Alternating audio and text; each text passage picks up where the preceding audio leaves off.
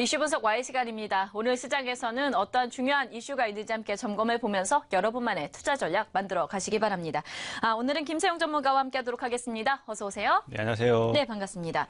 1월 23일 화요일 장 함께하고 계십니다. 현재 시각대 코스피는 2,529선 그리고 코스닥 시장은 890선에서 움직임이 나타나고 있는데 시장은 좀 전반적으로 평가해 보면서 이슈들 확인해 보도록 하겠습니다. 오늘 주제를 가지고 오신 거 보니까 트럼프 정부 1주년 평가와 투자 전략입니다. 생각해 보니까 벌써 이제 트럼프 정부가 들어선 지 1년 정도가 되고 있는 상황입니다. 그렇다면 그동안 1년 동안의 흐름은 어떠했는지 그리고 어떠한 이슈들이 있는지 확인을 좀 해보면서 전략을 잡아보면 좋을 것 같습니다. 평가부터 해보도록 할까요? 네, 우선은 1주년이 됐는데요. 1주년이 되면서 지지율을 보게 되면 지지율 같은 경우는 CNN에서 조사한 결과를 보면 40% 정도 나왔고요.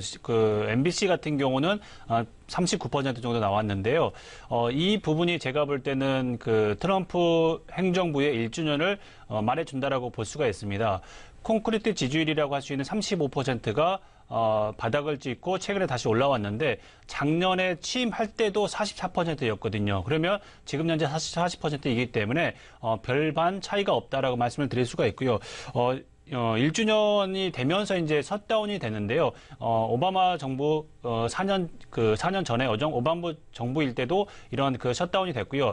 이번에는 이제 민주당과 공화당의 이 상하원에서 임시 법안이 통과가 되면서 이제 종결은 됐는데요. 아마도 이 부분은 다카라는 프로그램이 가장 첨예한 대립점이기 때문에 당분간은 2월 8일까지는 이 부분에 대해서는 꾸준히 이야기가 나올 것이다라고 볼 수가 있고요.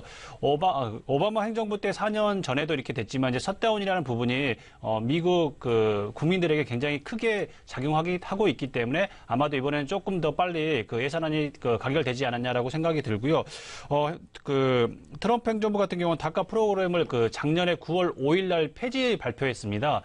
그러면서 이제 6개월 동안에 유예 기간을 주면서 의회에서 이 법안을 대체할 법안을 만들어 달라고 하게 했는데요. 이게 아마 3월까지 유예 기간이기 때문에 3월까지는 아마 다카 프로그램에 대한 부분이 다시 이야기가 돼야 될 것 같고요. 그런데 이제 외교 쪽이나 안보 쪽이나 이런 쪽에서는 트럼프 행정부에 대한 지지율이 굉장히 낮습니다. 그렇지만 경제 만족도에서는 17년 만에 가장 최고치를 찍었다.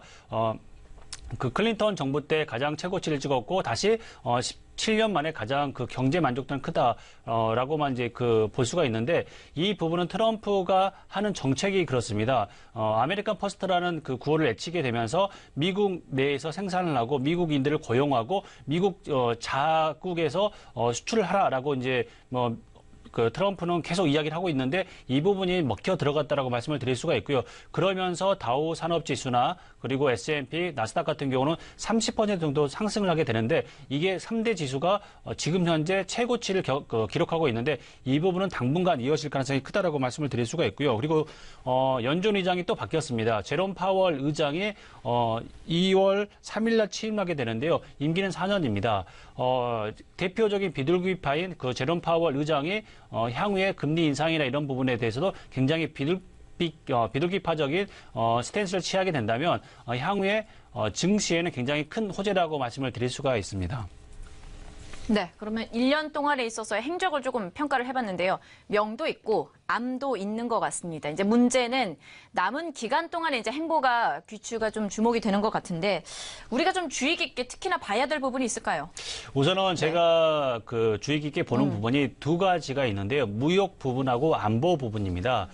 무역 부분에서 보면 오늘 세이프가드를 발동을 했지 않습니까? 이게 이제 1974년도에 무역법 201조의 조항이 있는데요. 이 부분이 다시 발효된 게 10년이 넘었습니다. 그렇기 때문에 아마도 작년에 도요타 같은 경우는 멕시코에 공장을 세우기로 했었는데 트럼프가 다음날 트위터에 이제 미국 내에서 생산을 하고 미국 내 제품을 수출하지 않으면 국경세를 크게 물리겠다라는 트위터를 보게 되면서 도요타는 4월 만에 다시 이제 미국 내 투자를 하겠다.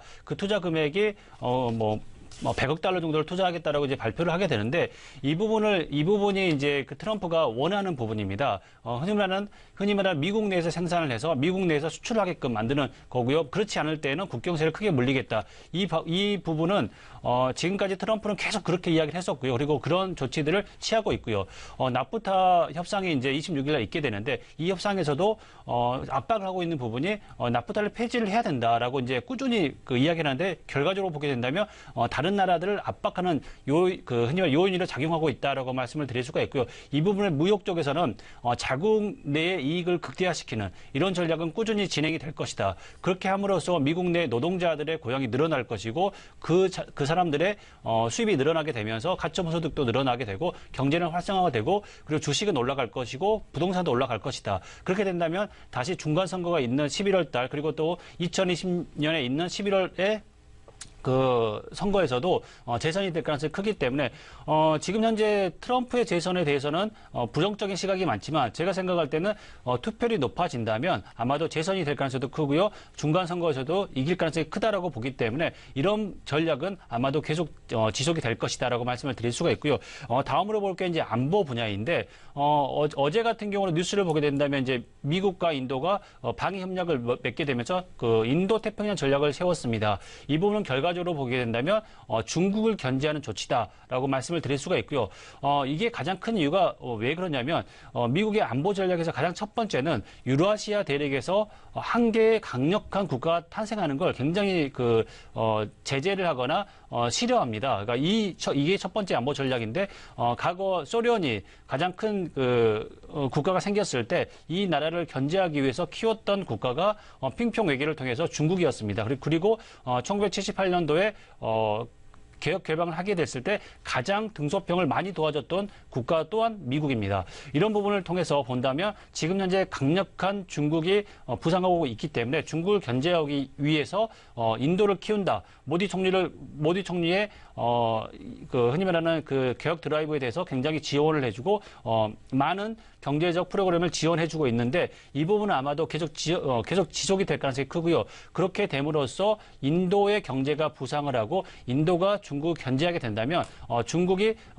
강력한 유라시아 대륙에서 강력한 한 개의 국가가 되는 걸 방지할 수 있기 때문에 이런 안보적인 정책들이 나온다면 아마도 인도 경제에 대해서 우리는 좀 관심을 많이 가져야 되지 않겠냐라고 보고요. 이런 전략, 안보와 무역에 관련된 이런 전략들은 트럼프 행정부 3년 동안 지속될 가능성이 굉장히 크다라고 말씀을 드릴 수가 있습니다.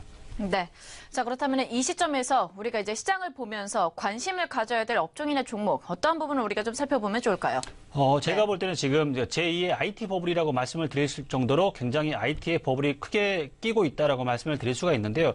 다우 산업지수 같은 경우 보게 된다면, 지금 현재 작년 대비해서 보면 지금은 30% 정도 상승을 했습니다. 그리고 또한 나스닥 같은 경우도 30% 정도 상승을 하게 되는데 이 부분은 트럼프 행정부가 주식의 버블을 만드는 시점까지도 이어질 수 있다라고 볼 수 있기 때문에 제가 생각할 때는 좀 관심을 가지는 게 이제 넷플릭스라는 주식입니다. 넷플릭스 주식 같은 경우는 최근에 227달러까지 올라서 시가총액은 1000억 달러가 넘었습니다.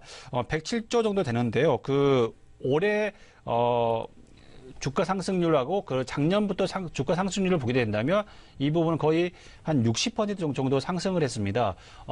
다우 산업지수나 나스닥이 30% 정도 상승할 때 넷플릭스 주식은 60% 정도 상승했다. 4분기 구독자 수가 833만 명인데요. 해외 쪽에서 636만 명 그리고 미국에서 198만 명 정도가 늘었습니다. 아시겠지만 넷플릭스를 가입하게 된다면 보통 비용은 한 10,000원 정도 되고요. 채널은 코드로 4개 정도 나옵니다. 그렇게 됨으로써 이 채널을 보게 되는데요. 이런 결과적으로 보게 된다면 꾸준히 매출액이 한번 가입했던 사람들은 매출액이 늘어나고 그리고 또한 계속 증가한다는 거는 결과적으로 본다면 굉장히 꾸준한 현금 창출을 할 수 있다라고 볼 수가 있고요. 그리고 본다면 전 세계 유료 가입자 수가 1억 1,000만 명 정도 됩니다. 이 부분은 계속 늘어나고 있기 때문에 아마도 제가 볼 때는 이 늘어나는 폭이 지금까지 굉장히 급격하고 있고 또한 현금 창출이 꾸준히 되고 있기 때문에 아마 넷플릭스 주식은 지금 현재 수준 227달러보다도 골드만삭스나 JP모건 같은 경우도 넷플릭스 주식 같은 경우는 그 상향 조정하고 있는 모습들은 아마도 올해 내내 아마 지속되지 않을까라고 보고 있고요.